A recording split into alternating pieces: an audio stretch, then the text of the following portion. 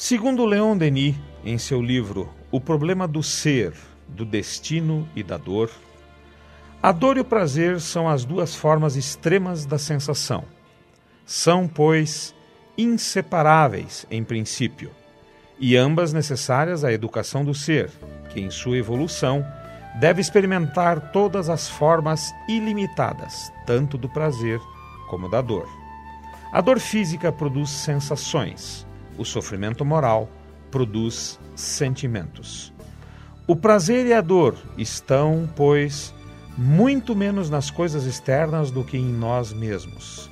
Incumbe, pois, a cada um de nós, regulando suas sensações, disciplinando seus sentimentos, dominar umas e outras e limitar-lhes os efeitos. Epíteto dizia: as coisas são apenas o que imaginamos que são. Assim, pela vontade, podemos domar, vencer a dor, ou pelo menos fazê-la redundar em nosso proveito, fazer dela meio de elevação.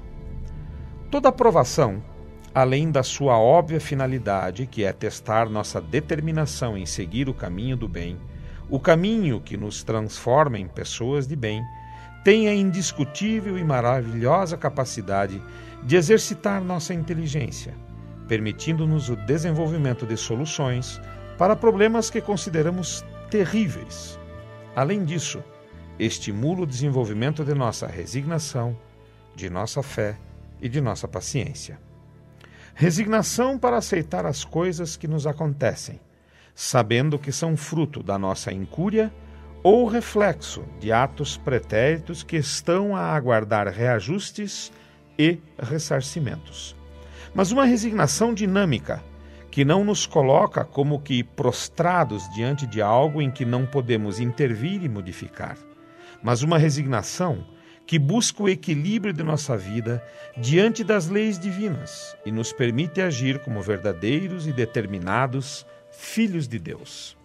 Fé em que, no futuro, essas dificuldades serão transpostas e servirão de exemplo para o bem agir, evitando-nos compromissos desagradáveis num porvir mais ou menos distante. Não uma crença, mas a verdadeira fé de estarmos sendo amparados pelos arautos de Deus e que jamais estaremos sozinhos enquanto nos propusermos a seguir a trilha reta ao alto da montanha.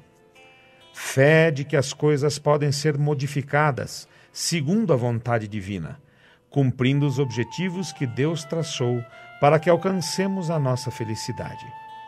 Com esta verdadeira fé no pensamento e no sentimento, brotará a paciência, que muito mais facilmente permitirá a modificação de nossas atitudes. Paciência em aguardar o resultado da semente que plantamos, aguardando o instante em que colheremos os frutos dulcíssimos da árvore do reto pensar, do reto sentir e do reto agir. Fica evidente que toda vez que entramos numa provação reclamando dela ou de suas consequências, perdemo-la e deveremos retomá-la no futuro. E caso suportemo-la sem reclamações, considerando-a como oportunidade de aprendizagem ou teste de nossa determinação em seguir progredindo e aceitando os percalços que certamente surgirão, ela será proveitosa oportunidade de purificação, de sublimação do espírito imortal que todos somos. Um alerta especial. Nosso orgulho nos impele a imaginar que nossas provações são sempre as mais difíceis e devemos aguardar dores e sofrimentos horríveis em cada uma delas. Lê do engano. Ninguém tropeça em montanhas. Tropeçamos sempre nas pequenas pedras dispostas ao longo do nosso caminho. São as pequenas adversidades do dia a dia que nos fazem errar e perder o objetivo divino de nossas existências. Perdemos a prova quando nos irritamos porque nosso animal de estimação não faz o que queremos no instante em que queremos. Perdemos a prova quando as coisas do mundo nos impedem de darmos atenção aos filhos em suas dificuldades, esquecendo que nos foram emprestados por Deus para que os eduquemos pelo exemplo e que Deus um dia nos perguntará: que fizeste da criança que te coloquei a cuidar? Perdemos a prova quando não temos paciência nas questões que nossos irmãos de caminho tratam de maneira diferenciada da nossa, imaginando que estamos sempre certos e eles estão sempre errados. Perdemos a prova, enfim, quando não permitimos o desenrolar adequado e justo das leis naturais.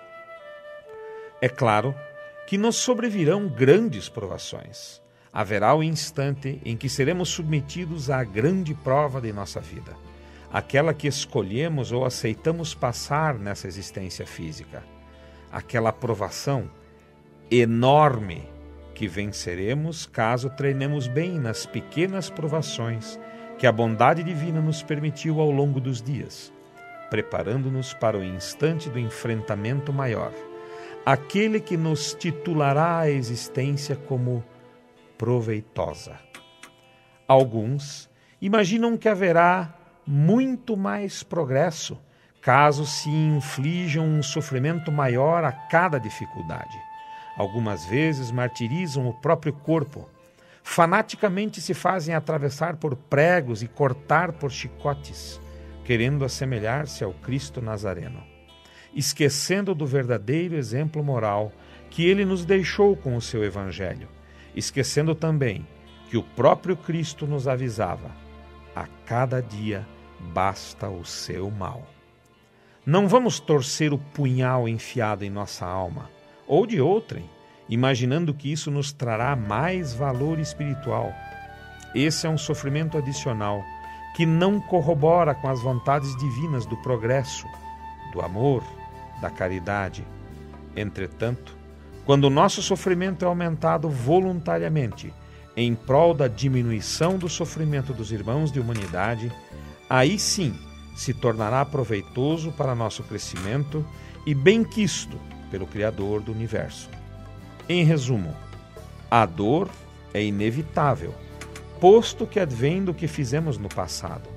O sofrimento, entretanto, é opcional, já que é oriundo do nosso envolvimento, positivo ou negativo, com a dor que sentimos. É nosso livre-arbítrio que nos atribui o bem sofrer ou o mal sofrer. O bem sofrer habilita o ser imperfeito a receber o amparo da espiritualidade maior, recebendo aditos de força e coragem, para que vença as provações a que é exposto constantemente.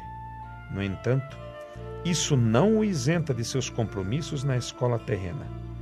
Pelo que vai em nosso íntimo, recebemos mais do mesmo. Cabe a nós escolher entre a felicidade da vitória ou a desilusão da derrota que perpetua o renascer.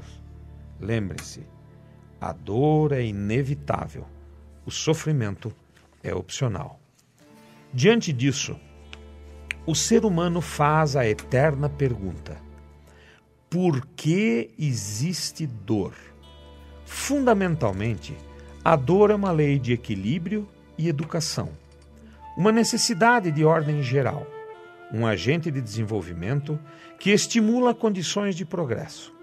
Segundo Leon Denis, na obra já citada anteriormente, a sua ação é benfazeja para quem sabe compreendê-la, mas somente podem compreendê-la aqueles que sentiram seus poderosos efeitos. É muito difícil fazer entender aos encarnados que o sofrimento pode ser bom, pois desde tenra idade somos ensinados, treinados mesmo, na busca constante do prazer, da alegria, da satisfação das nossas paixões. Cego é o humano que não percebe o esforço enorme que deve ser feito para alcançar cada um desses prazeres mundanos, dessas paixões animais que escravizam o nosso ser, atando-nos a pedras do tamanho que nós mesmos construímos. Não há ascensão sem suor e esforços. Se quero construir um prédio alto, seu fundamento deve ser firme e profundo, e isso dá trabalho. A vida vitoriosa é uma escalada dura, mas a vista compensa. Para apreciar a felicidade, é necessário saber quanto ela custa. O curioso, no sofrimento individual ou coletivo, é que ele nos aproxima do lado espiritualista de nossas existências. Quantas pessoas conhecemos que adentraram ao espiritismo movidos pela dor? Quantas conhecemos que, após um grande sofrimento, tornaram-se mais religiosas? Os povos, após uma calamidade, não manifestam mais intensamente seu lado religioso? Isso nos leva a perceber, se usarmos a inteligência, claro, que o sofrimento nos aproxima de Deus. Observando e comparando o quanto nós mesmos evoluímos com as dores e os sofrimentos por que passamos, fica evidente que é um ato de egoísmo de nossa parte por fim às provas do nosso próximo. Entretanto, isso não nos deve afligir, posto que as coisas sucederão segundo a vontade do Pai, e devemos sempre agir como um bálsamo consolador, escolhido pela providência, que cicatriza as chagas abertas em nossos irmãos, pelas provações que a justiça divina os fez passar até o instante em que os encontramos. Sem contar que não passa de arrogância imaginarmos que temos poder suficientemente grande para pôr fim a esses sofrimentos. Outro argumento irrefutável de que não devemos pôr empenho em findar as provas alheias é que as provas devem seguir o seu curso, e este curso nós não conhecemos. Se não temos poder para eliminar as provas alheias, e nem é lícito fazê-lo, por que devemos ocupar-nos com esse assunto?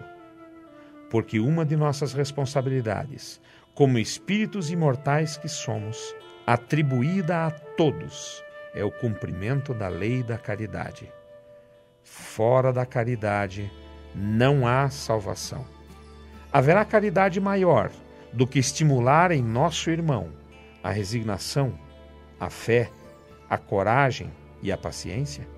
Tentar atenuar o sofrimento alheio pode não ser apenas um ato de caridade. Como muitas vezes as provações alheias me são desagradáveis e até angustiantes, pode ocorrer que elas me sejam provas também, e até expiações, e atenuá-las seja o reajuste esperado. Portanto, atenção especial em aplacar os sofrimentos dos irmãos de jornada, pois podemos estar melhorando muito a nossa própria elevação moral, por caridade ou por expiação. Todo ser humano tem a responsabilidade moral de agir como uma pessoa de bem, de levar sua vida como um ato de amor e dedicação ao bem-estar comum. Portanto, ele pode, sem temor, fazer todos os esforços ao seu alcance para diminuir a amargura da expiação alheia, estando certo de que a justiça divina se cumprirá. Bernardin, um espírito protetor, em Bordeaux, na França, em 1863, manifestava-se: todos vós estáis na terra para espiar, mas todos, sem exceção, deveis fazer esforços para amenizar a expiação dos vossos irmãos, de acordo com a lei de amor e caridade.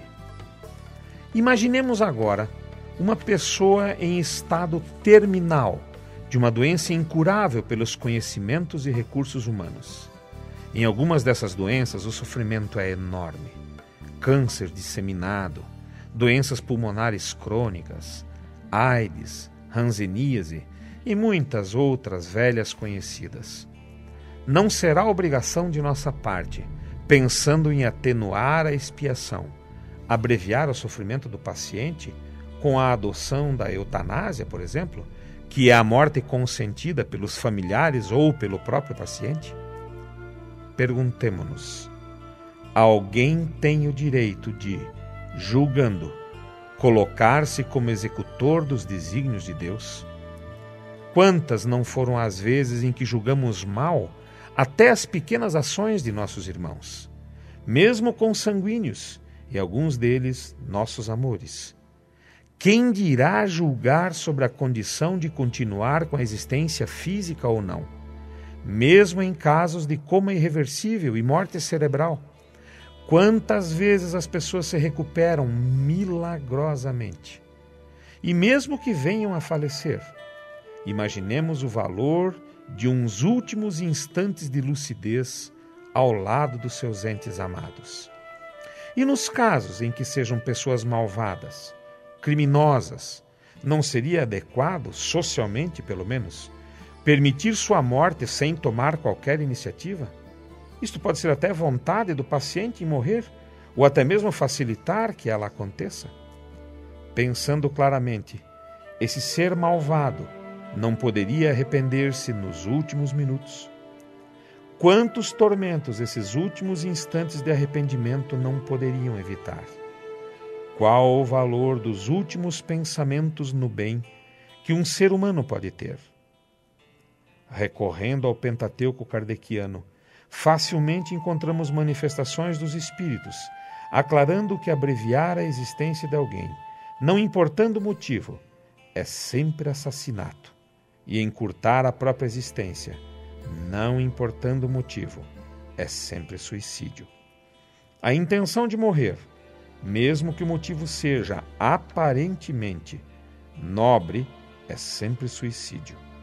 Em sacrifício pelos outros, ou abreviando um sofrimento próprio com desenlace inevitável, se há intenção de morrer, há suicídio e, portanto, há consequências. Enfrentar o perigo, não temer a morte, quando isso é útil para a humanidade, é de real valor. Estamos favorecendo nossa evolução moral e atendendo aos objetivos que Deus traçou para que alcancemos a nossa felicidade. São Luís, em Paris, 1860, já nos aclarava: que o homem se mate ou que se faça matar, o seu objetivo é sempre o determinar com a sua própria vida e, por conseguinte, há suicídio intencional, se não de fato. A ideia que sua morte servirá para alguma coisa é ilusória. Não é mais que um pretexto para disfarçar o seu ato e desculpá-lo aos seus próprios olhos. A intenção premeditada de buscar a morte, expondo-se a um perigo, mesmo para prestar um serviço, anula o mérito deste gesto. Variados são os direcionamentos que podemos dar aos nossos sofrimentos. Entre eles está aquele que o torna proveitoso para os outros. Isso pode ocorrer no aspecto moral da existência humana e mesmo no aspecto material. Moralmente, pelo exemplo que podemos dar de resignação e submissão à vontade de Deus, lembrando que este é um dos aspectos em que devemos trabalhar, quando queremos nos tornar pessoas de bem. Ou materialmente, quando vivemos mais modestamente, às vezes com alguma necessidade insatisfeita até, para auxiliarmos no bem-estar material de nossos semelhantes. Nessa hora, estamos cumprindo um dos mais importantes desígnios divinos, a caridade. O pior emprego que podemos dar ao nosso dinheiro e a nossos bens materiais é na ação premeditada da satisfação das nossas paixões.